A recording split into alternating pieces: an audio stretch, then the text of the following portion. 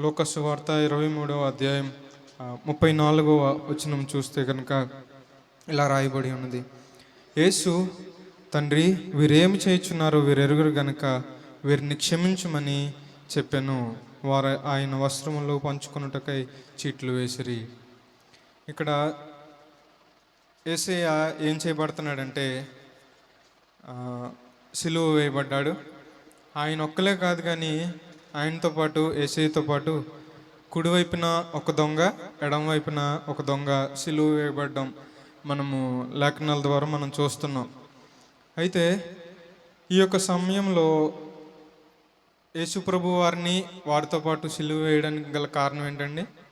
ఒకడేమో ఎంతో భయంకరమైన దొంగతనం చేసి ఆ శ్రమను అనుభవిస్తున్న దొంగలు వాళ్ళిద్దరు.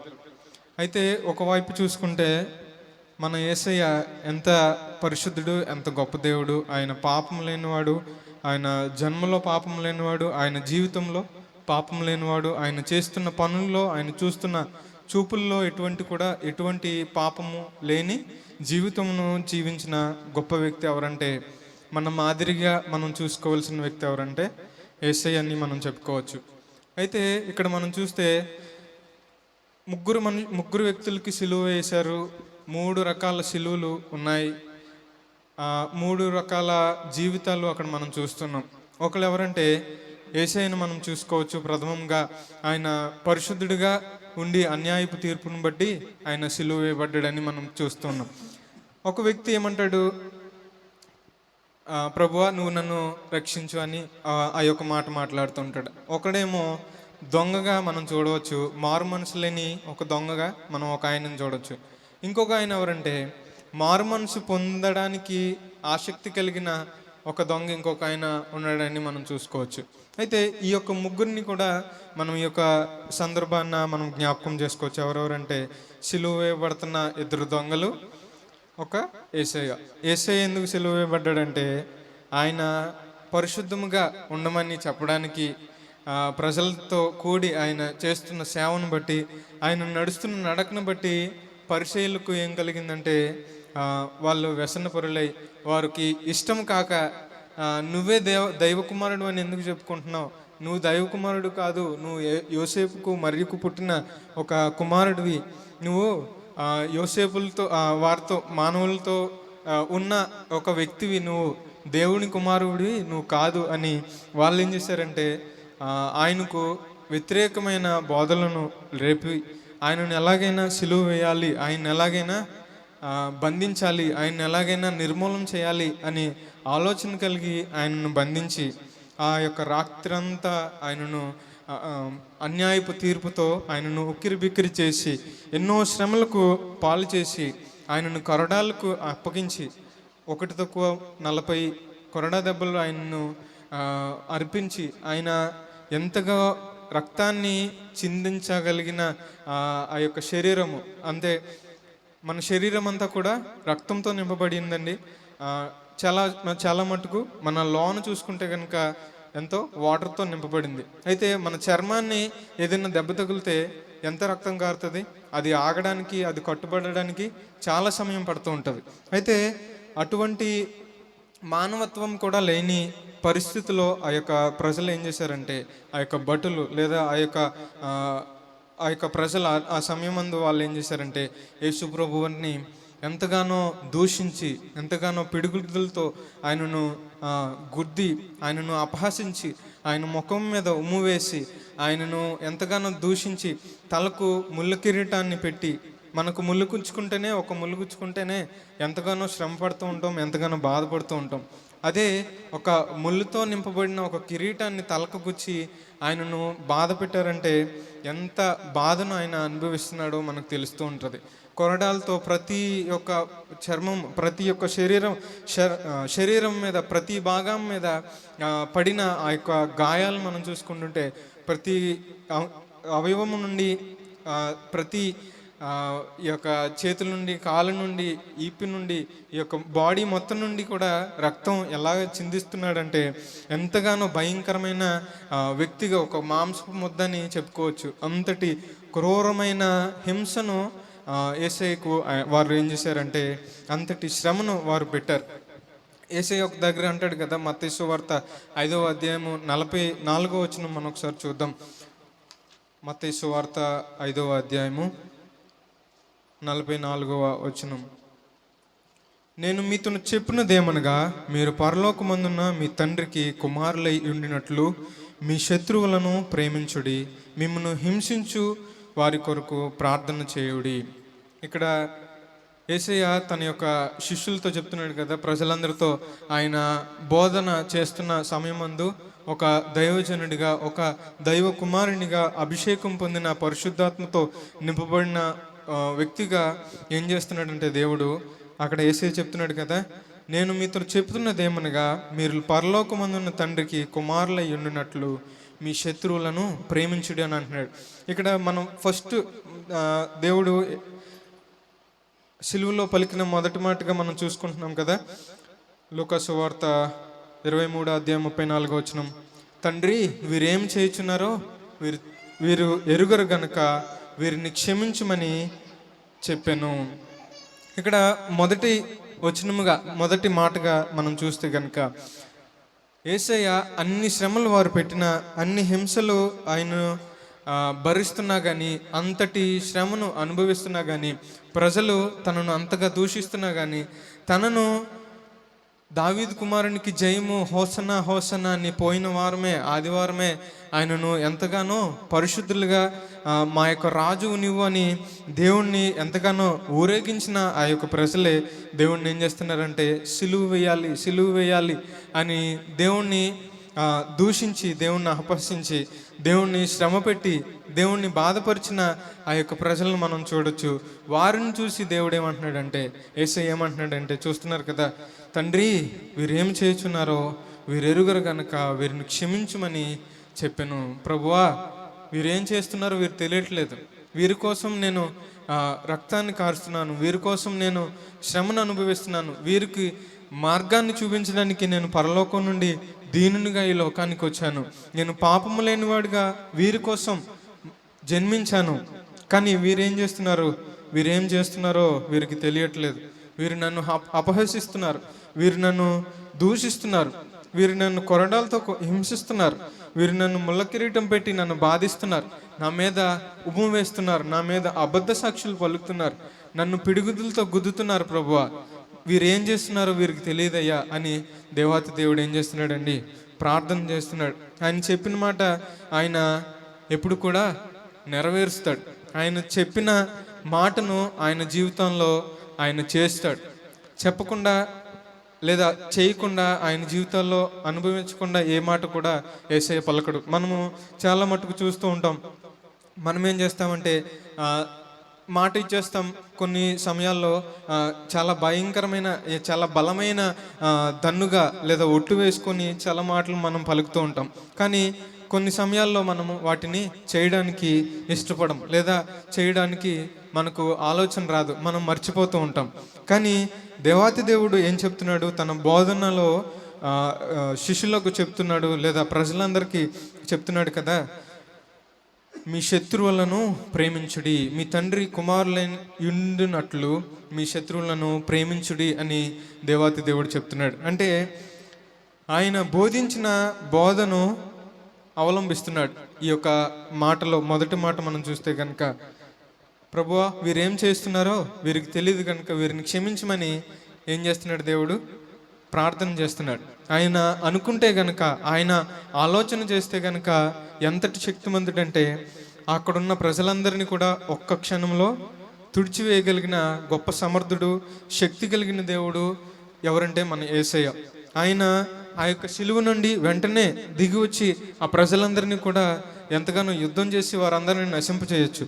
కానీ తన యొక్క బోధనను జ్ఞాపకం ఉంచుకొని, లేఖనంలో తను చెప్తున్న మాటలను జ్ఞాపకం ఉంచుకొని దేవుడు ఏం చేస్తున్నాడంటే, ప్రభువా అని తనకు బాధను కలిగించిన వ్యక్తుల గురించి, తనకు వేదనను కలిగించిన వ్యక్తుల గురించి ప్రార్థన చేస్తున్న విధమును మనం చూడొచ్చు. ఈ యొక్క మొదటి మాటలో ప్రత్యేకంగా మనం చూడగలిగింది ఏంటంటే, క్షమించే గుణమును మనం చూడవచ్చండి. క్షమించే గుణము కలిగి ఉండాలంటే ఎటువంటి హృదయం మనం కలిగి ఉండాలంటే ఎంతో ప్రేమ కలిగి ఉండాలి, ఎంతో సహనం కలిగి ఉండాలి, ఎంతో ఓర్పు కలిగి ఉండాలి.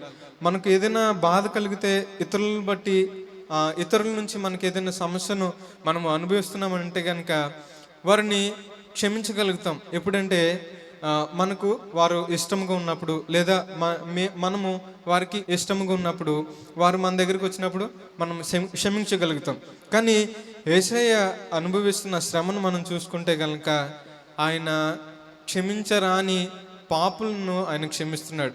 క్షమించరాని మనుషులను ఆయన క్షమించగలిగిన గొప్ప దేవుడు. అంతటి శ్రమను అనుభవిస్తూ కూడా, అంతటి బాధను అనుభవిస్తూ కూడా, అంతటి రక్తాన్ని చిందిస్తూ కూడా, అంతటి వేదనను అనుభవిస్తూ కూడా దేవుడు ఏం చేస్తున్నాడంటే తండ్రి అయిన దేవునికి ప్రార్థన చేస్తున్నాడు. తండ్రి అయిన దేవుని దగ్గర కోరుతున్నాడు ఏంటంటే, ప్రభువా ఈ ప్రజలందరినీ క్షమించు ప్రభువా అని ప్రార్థన చేస్తున్నాడు. మనము ఇంకా బైబిల్లో మనం చూసుకుంటే కనుక ఎంతోమంది ఉన్నారు. క్షమించగలిగిన హృదయం కలిగిన ఎంతోమంది ఈ యొక్క లోకంలో మనం చూసుకోవచ్చు. ఏసావు ఏం చేశాడు? యాకోబును క్షమించాడు. తన యొక్క తమ్ముడని తన జ్ఞాపకం ఉంచుకొని తనకు మోసం చేశాడని తెలిసి కూడా దేవుని యొక్క ప్రేమను బట్టి, దేవుని యొక్క కృపను బట్టి ఒక సందర్భం వచ్చినప్పుడు ఏం చేశాడంటే తన యొక్క తమ్మునితో, ఏసావు యాకోబుతో మోసగాడైనా కానీ దేవుని యొక్క నడిపింపును బట్టి యాకోబు ఇశ్రాయేల్గా మార్చబడి ఏసావు దగ్గరికి వచ్చినప్పుడు ఏసావు ఏం చేశాడండి? క్షమించే గుణము కలిగి ఉన్నాడు. అంతటి అవమానం కలిగిన, అంతటి వేదన కలిగిన ఏసావు క్షమించగలిగిన మనసు కలిగిన వాడిగా మార్పు చెందబడ్డాడు. ఎలాగంటే దేవుని యొక్క ప్రేమను బట్టి. అంతకుముందు మనం చూసుకోవచ్చు, ఆదాము అవ్వ ఏం చేశారు? దేవునికి వ్యతిరేకమైన పాపం చేశారు. దేవుడు తినొద్దన్న పండుని తింటూనే దేవుణ్ణి బాధ పెట్టారు, దేవునికి వేదన కలుగు చేశారు. అయినా దేవుడు ఏం చేశాడు? వారిని ఆ యొక్క ఏదైనా తోట నుండి వారిని తొలగించాడు తప్ప వారిని నాశనం చేయలేదు. వారిని స్వహస్తాలతో, దేవాతి దేవుడు మనలందరినీ స్వహస్తాలతో ఆయనే తన రూపమందు మనల్ని చెక్కుకున్నాడు. అటువంటి గొప్ప దేవుడు తన చేతులతో, తన యొక్క నిర్మాణంలో, తన యొక్క ముఖ కవలికలలో ఆయన మనల్ని చేసుకున్న ఆ గొప్ప దేవుడు ఏం చేశాడండి? క్షమించాడే కానీ నాశనం చేయలేదు. కాబట్టి మనము కూడా ఎటువంటి గుణము కలిగి ఉండాలంటే క్షమాపణ అనే గుణం కలిగి ఉండాలి. ఇతరులను క్షమించే వారముగా మనం ఉండాలి. యేసు ప్రభు వారి యొక్క గొప్ప గుణము ఏంటంటే ప్రేమను చూపించడం. ఆ ప్రేమలోని క్షమించగలిగే ఒక మంచి అలవాటును దేవుడు మనకు నేర్పుతున్నాడు. కాబట్టి మన యొక్క దోషములను బట్టి, మన యొక్క పాపములను బట్టి, మన యొక్క అతిక్రమలను బట్టి దేవాతి దేవుడు ఏం చేయబడ్డాడంటే రక్తానికి ఆహుతయ్యాడు, లేదా సిలువకు ఆహుతయ్యాడు. సిలువ వేయబడ్డానికి అంగీకరించాడు. ఎవరి ద్వారా అంటే, ఎవరి కోసం అంటే మన యొక్క పాపములను క్షమించడానికి, మనల్ని పరిశుద్ధులుగా మార్చడానికి, మనల్ని ఎంతగానో నీతిపరులుగా మనల్ని మార్చడానికి దేవాతి దేవుడు ఏం చేశాడంటే సిలువ వేయబడినట్టుగా మనం చూసుకోవచ్చు. మొదటి మాట మనం చూస్తే ఏంటండి? తండ్రి వీరేం చేయుచున్నారో వీరెరుగరు గనుక వీరిని క్షమించమని చెప్పాను. ఇక్కడ మనము విలువైన మాటలలో ఈ యొక్క మొదటి మాటలో మనం నేర్చుకోవాల్సిన విషయం ఏంటంటే ఇతరులను మనం క్షమించగలిగిన వారంగా ఉండాలి, శత్రువులను మనం ప్రేమించే వారంగా ఉండాలి, వారి కోసం మనం ప్రార్థన చేసే వారంగా ఉండాలి. మీకు ఒక గొప్ప దైవజనుని మీకు జ్ఞాపకం చేయాలని నేను ఆశపడుతున్నాను. ఆయన ఎవరంటే గ్రహం స్టీన్ అనే ఒక ఇంగ్లాండ్ నుంచి ఇక్కడికి మనకు ఒడిశాకు వచ్చి ఒక గొప్ప సేవ చేసిన గొప్ప మిషనరీ అని చెప్పుకోవచ్చు, గొప్ప దైవజనుడు, గొప్ప సేవకుడు అని చెప్పుకోవచ్చు. ఆయన 2 కుమారులు, 1 కుమార్తె, తన యొక్క భార్య, వేరే 5 కూడా ఏం చేశారంటే ఇంగ్లాండ్ అనే దేశం నుండి ఒడిశా అనే ప్రాంతానికి వచ్చి ఎంతగానో కుష్ఠరోగులు మీకు తెలుసు కదండి, ఎంతగానో భయంకరమైన స్థితిలో వారు ఉంటారు. అటువంటి ప్రజల మధ్య మనం ఇలాగ కూడి మనం అందరం ఆరోగ్యకరంగా ఉన్నాం కాబట్టి మనమందరం కూడా చక్కగా మనం మెసలగలుగుతాం, పాటలుగా పాడగలుగుతాం, నాట్యం చేయగలుగుతాం, దేవుని సన్నిధిలో స్తుతించగలుగుతాం, మనందరం కూడా కలిసి భోజనం చేయగలుగుతాం కూడా. కానీ ఈ యొక్క కుష్ఠరోగ కలిగిన ఈ యొక్క వ్యక్తులు ఏంటంటే ప్రజల మధ్యలోకి రాకూడదండి. ఇది ఒక అంటువ్యాధి లాంటిది. అటువంటి ప్రజలను ఏం చేసేవారంటే ఊరికి చాలా చివరన వారిని అందరినీ పెట్టి వారు మనుషుల్లోకి రాకుండా వారిని బహిష్కరించేవారు. ఊరి బహిష్కరణ చేసేవారు. అటువంటి ప్రజల దగ్గరికి భారం కలిగిన దేవుని యొక్క ప్రేమను చూపించాలని ఒక ప్రేమపూర్వకమైన ప్రయాణం చేసి గ్రహం స్టీన్ అనే ఈ యొక్క దైవజనుడు ఇంగ్లాండ్ ప్రాంతం నుండి ఈ యొక్క ఒడిశా అనే ప్రాంతానికి వచ్చి ఇక్కడ చేస్తున్నాడు, పరిచయం చేస్తున్నాడు. ఆ యొక్క ఒడిశా అనే ప్రాంతం అనేది చాలా భయంకరమైన పరిస్థితుల గుండా వెళ్తున్న ప్రాంతము. అక్కడ ప్రతిదీ కూడా కొండ ప్రాంతమే, ప్రతిదీ కూడా ఎంతగానో భయంకరమైన స్థితిలో ఉన్న ప్రజలు కలిగిన వారుగా అక్కడ ఉంటారు. కొండ ప్రాంతాల్లో ఎంతో భయంకరమైన వ్యక్తులు ఉంటారు. అటువంటి ప్రజల మధ్య నివసిస్తూ గొప్ప జీవితాన్ని వారు విడిచిపెట్టి పరిచర్యం చేయడానికి వారు ప్రేమపూర్వకంగా వారి జీవితాన్ని త్యాగం చేసి ఇక్కడికి వచ్చిన ఆ ప్రజలకు మన యొక్క దేశస్తులు ఏం చేశారంటే 1999 ఫిబ్రవరి 14 పోయిన నెలలో వారు ఏం చేశారంటే ఈ యొక్క మగ పిల్లలిద్దరితో ఈ యొక్క గ్రహం స్టీన్ గారు సువార్త చేయడానికి ఒక మందిరానికి ఒక కొండ ప్రాంతానికి వెళ్తే ఈ యొక్క కొంతమంది ప్రజలందరూ కూడా ఏం చేశారంటే ఆయన ఉదయం అంతా కూడా కష్టపడి వాక్యం బోధించి దేవుని సేవలో వాడబడి అక్కడ ఎవరైతే కుష్ఠరోగులు ఉన్నారో వారందరికీ వైద్యాన్ని అందించి ఇంకా ఎవరెవరైతే ఒంట్లో బాగోలేదో వారందరినీ సందర్శించి వారికి కావలసిన ప్రేమను వారికి ఆప్యాయతను వారికి చూపించి రాత్రి వారు నిద్రిస్తుండగా ఈ యొక్క దుండగులు కొంతమంది ప్రజలందరూ కూడా ఏం చేశారంటే వారి యొక్క వ్యాన్ని మొత్తాన్ని మనుషులతో సహా ఈ యొక్క పిల్లలిద్దరిని తర్వాత ఈ యొక్క గ్రహం స్టీన్ గారిని వీరి ముగ్గురిని కూడా వ్యాన్లోనే బంధించి వారిని చంపేసిన విధమును మనం చూసుకోవచ్చు. ఈ యొక్క ఫిబ్రవరి 14 1999లో ఈ యొక్క ఘటన జరిగింది. ఇది అయిన తర్వాత ఈ యొక్క గ్లాడిస్ అనే ఈ యొక్క దైవజనుని యొక్క భార్య తర్వాత ఈ యొక్క కుమార్తె వీళ్ళిద్దరూ కూడా తండ్రి తన యొక్క తమ్ముళ్ళు ఇద్దరు చనిపోయారనే బాధలో తామేడుస్తూ తర్వాత ఈ యొక్క గ్లాడిస్ అనే ఈ యొక్క దైవజనురాలు తన యొక్క భర్త తన యొక్క ఇద్దరు మగపిల్లలు చనిపోయారనే బాధను వారు విడిచిపెట్టి ఏం చేశారంటే ప్రేమను పంచడానికి, దేవుని ప్రేమను పంచడానికి ఆ యొక్క సేవలోనే కొనసాగబడ్డారండి. ఈ యొక్క ప్రభుత్వము ఏం చేసిందంటే మన యొక్క ఇండియన్ యొక్క గవర్నమెంట్ ఏం చేసిందంటే అమ్మ చెప్పు, వారు ఇలాగ చేశారు కదా, ఈ ప్రజలు ఇలా చేశారు కదా, నీ యొక్క కుమారుల్ని నీ యొక్క భర్తను ఇలా చంపేశారు కదా, మేము వారికి ఎటువంటి శిక్షను మేము ఇవ్వాలి, మేము ఎటువంటి శ్రమను వాళ్ళకి మేము పెట్టాలి, మాకు చెప్పు, నువ్వేం చెప్తే అది మేము చేస్తామని ఆ యొక్క గవర్నమెంట్ అడిగినప్పుడు వారిని ఏం చేయకండి, వారిని క్షమిస్తున్నానని ఒక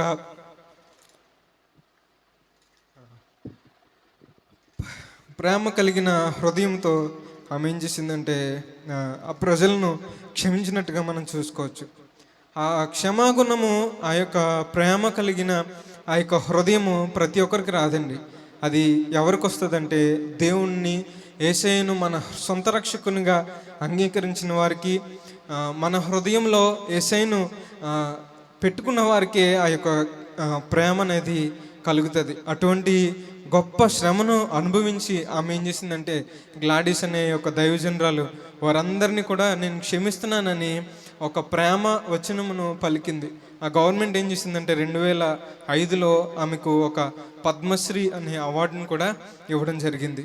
కాబట్టి ఆమె చెప్తున్న మాట ఏంటంటే వారిని ఇలాగా శ్రమ పెట్టండి, కాల్చివేయండి, వారిని వ్యాన్లో పెట్టి కుమ్మేయండి అని ఎటువంటి క్రూరమైన ఆలోచనలు ఆమె ఇవ్వలేదు. కానీ క్షమించండి అనే యొక్క ప్రేమ కలిగిన మాటను ఆమె చెప్పింది. ఈ యొక్క ప్రేమను మనం 2024 సంవత్సరాల క్రితమే మనం చూసుకోవచ్చు. కలువరి శిలువలో దేవాతి దేవుడు మన కొరకు రక్తం కార్చి మనల్ని ప్రేమించి మనల్ని క్షమించి మన కొరకు తండ్రికి ప్రార్థన చేస్తున్న గొప్ప దేవుణ్ణి మనం జ్ఞాపకం చేసుకోవచ్చు. ఈ యొక్క మొదటి మాటను ఒకసారి మళ్ళీ చదువుదాం. లూకా సువార్త 23వ అధ్యాయం 34వ వచనం. యేసు, తండ్రి వీరేమి చేయుచున్నారో వీరెరుగరు కనుక వీరిని క్షమించమని చెప్పాను. దేవుడి యొక్క మాటను దీవించి ఆశీర్వదించును గాక.